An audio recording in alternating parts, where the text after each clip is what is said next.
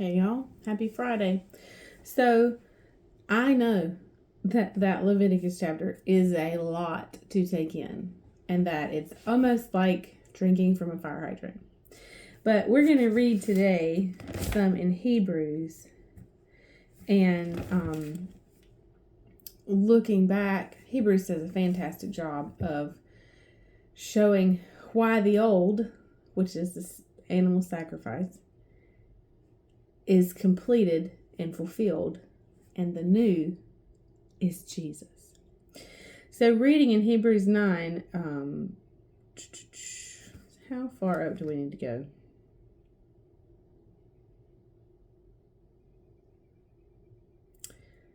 All of it, the whole chapter 9. Let's start in verse 1. Now, even the first covenant had its own rules and regulations for divine worship. And that was just one chapter that we read in Leviticus 16. And it had a sanctuary, but it was a sanctuary of this world. For a tabernacle tent was erected, and in the outer division or compartment, of which were the lampstand and the table with its loaves of showbread, this portion was called the holy place. But inside the second curtain or veil, there stood another tabernacle or division known as the Holy of Holies. It had the golden altar of incense and the ark of the covenant, which covered over was wrought with gold. This ark contained a golden jar which held the manna and the rod of Aaron that sprouted, and the 2 stone tablets of the covenant bearing the 10 commandments.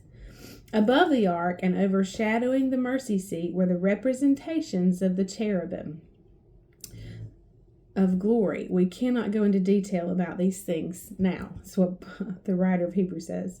These arrangements having thus been made, the priest entered habitually into the outer division to perform their ritual acts of worship. Okay, tie in a rabbit trail here because I love to connect the dots. In this outer area of worship, this sanctuary, let's see, the holy place, this is where, because he said they came habitually into the outer division.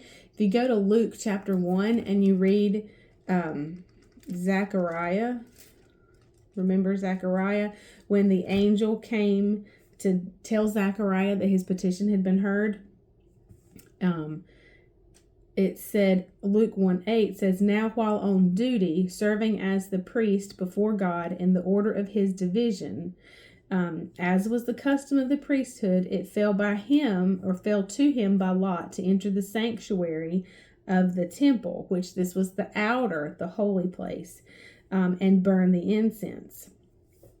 And so, just giving you that little example, see, those regulations and processes and procedures that God gave in Leviticus, they were still keeping in Luke.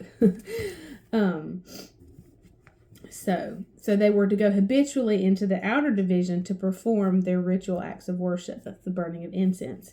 The incense was to burn day and night, all time, as worship to God. But into the second division of the tabernacle, none but the high priest goes, and he only once a year, that was on the Day of Atonement, and never without taking a sacrifice of blood with him, which he offers for himself and for the errors, sins, and ignorance, thoughtlessness, which the people have committed. By this, the Holy Spirit points out that the way into the Holy of Holies is not yet thrown open as long as the former, or the outer portion of the tabernacle, remains recognized and is still standing. Seeing that the outer portion of the tabernacle was a parable, a visible symbol or type or picture of the present age. In it, gifts and sacrifices are offered, and yet are incapable of perfecting the conscience or of cleaning and renewing the inner man, the worshiper. See, those ceremonies deal only with the clean and unclean meats and drinks and different washings, mere external rules and regulations for the body imposed to tide the worshipers over until the time of setting things straight, of reformation, of the complete and new order when Christ the Messiah shall establish the reality of what these things foreshadow. A better covenant. See, God had all of these things in place to tide them over. How many parents, or for yourself, have you just ever found a snack that you just had to have something to eat just to hold you over, to tide you over until you got to your meal, until it was time to eat?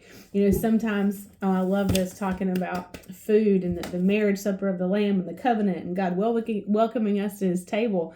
Have you ever been, you're going out to a fancy restaurant, it's really good food, and so you don't eat all day because you're going to eat that night, but you need a little something to tide you over until you get there. And so verse 11, which is what we'll pick up with next week, Hebrews 9:11 says, but that appointed time came. The time came when the Messiah, Christ, appeared. Oh, God, I am so grateful that you sent Jesus. So take some time this week if you need to go back and reread Leviticus 16. I promise you that every time you read it, you will be more grateful for Jesus, because we're not there anymore. We'll pick up here next week. I'll see you then. Bye, y'all.